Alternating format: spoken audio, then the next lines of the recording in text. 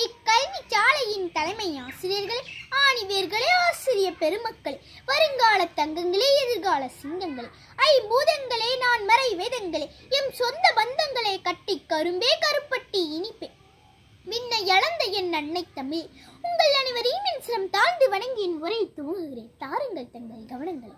தூங்கும் புலியை பறை கொண்டு எழுப்பினோம், தூய தமிழரை தமிழ் கொண்டு எழுப்பினோம், தீங்குறு பகைவரை இவன் என்று நீக்குவோம், செந்தமிழ் உணர்ச்சியை வேல் கொண்டு தாக்குவோம் என்று பாரதிதாசனின் வரிகளுக்கேற்ப நான் இப்பொழுது பேச எடுத்துக்கொண்ட தலைப்பு வீரமும் தமிழர்களும்.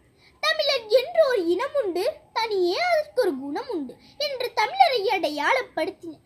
வேறு எந்த மொழிக்கும் இனத்திற்கும் இல்லாத பெருமை தமிழுக்கும் தமிழ் மக்களுக்கும் உண்டு. காரணம், மனித இனம் எப்படி வாழ வேண்டும் என்பதை விட எப்படி வாழக்கூடாது என்று வாழ்வியல் கற்றுக் கொடுத்த தமிழரின் அரிச்சுவடிகள் இன்று உலகம் முழுவதும் தரம் பதித்திருக்கிறது என்றால், உயர்ந்த சிந்தனைகளும் உயர்வான எண்ணங்களும் சமூகம் என்னும் மனப்பரப்பில் விதைத்து சென்றிருக்கிறது என்றுதானே அர்த்தம். பண்டைய தமிழர்களின் வீரத்தை தொல்காப்பிய புறந்தினை எடுத்து கூறுகிறது. மேலும் வீரர் அல்லாதவர், புறமுதுகு காட்ட ஓடுவர், புண்பட்டவர், முதியோர், இளைஞர், இளவர்கள் மீது எல்லாம் படைக்களத்தை செலுத்தக்கூடாது என்று புறநானூற்றில் அறிய முடிகிறது. எதிரி நாட்டை தாக்கும் போது கூட ஈரமும் இரக்கமும் காண முடியும்.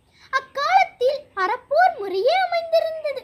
பசுக்களும் பசுவை ஒத்த பார்ப்பனர்களும், பெண்களும் நோயுடையவர்கள், புதல்வர்களை பெறாதவர்களும், யாம் அம்பு விடுவதற்கு முன் பாதுகாப்பான இடத்திற்கு செல்லுங்கள் என்று ஒரு வீரர் கூறுவதில் இருந்து தமிழரின் அறப்போர் முறை விளங்கும்.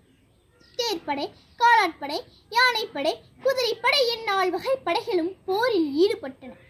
புறமுதுகில் அம்பு பட்டு வீழ்ந்து போவதும் மற்றும் புறமுதுகு கிட்டி ஓடுவதும் அவமானம் என கருதிய பரம்பரை தமிழ் பரம்பரை.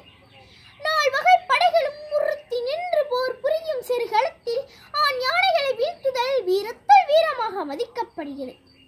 கைவேல் களிற்றோடு ஓக்கி வருபவன் மெய்வேல் அறியா நகும் என்றார் திருவள்ளுவர்.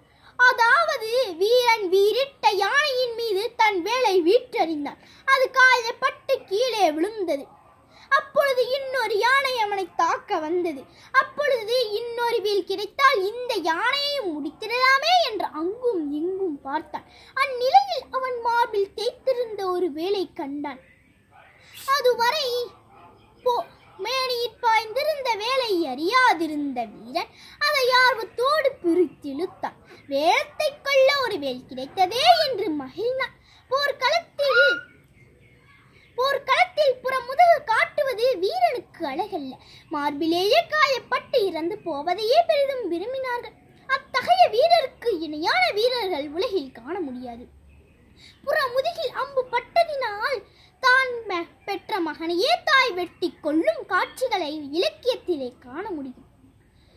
போரில் கணவனை இழந்து, தந்தையை இழந்து, இறுதியாக தனக்கு உதவியாக இருந்த தன் ஒரே மகனையும் போர்க்களத்திற்கு அனுப்பி வைத்த புறநானூற்று தாயையும் தமிழச்சி என்பதில் பெருமை கொள்கிறோம்.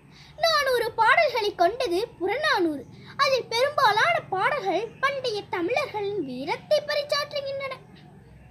இங்கு வீரம் என்பது கல்லை தூக்குவதும் காளையை அடக்குவதும் மற்றும் சில கன்னியர்களின் மனதில் இடம் பிடிக்கும் செய்யும் வேலைகள் அல்ல. இங்கு வீரம் என்பது போர்க்களத்தில் புரிந்த சாகசங்களை பற்றியதாகும். இந்த சமூகம் பண்பட வேண்டும் என்றால் நல்ல பண்பாடு இருக்க வேண்டும் என்பதை தமிழ் இனம் இவ்வுலகத்திற்கு கற்றுக் கொடுத்திருக்கிறது. நாடாண்ட மன்னன் வரை, குடிசையில் வாழும் சாதாரண குடிமகன் வரை குலம் காக்கும் பண்பாட்டையும் வீரத்தையும் கட்டி காத்து போற்ற வாழ்ந்த இனம் தமிழ் இனம். கொடுப்பதிலும் பெறுவதிலும் மட்டும் பண்பாட்டை காட்டுவதிலும் வீரத்திலும் பண்பாட்டை விதைத்து சென்றிருக்கிறான் தமிழன் என்று கூறி விடைபெறுகிறேன். நன்றி, வணக்கம்.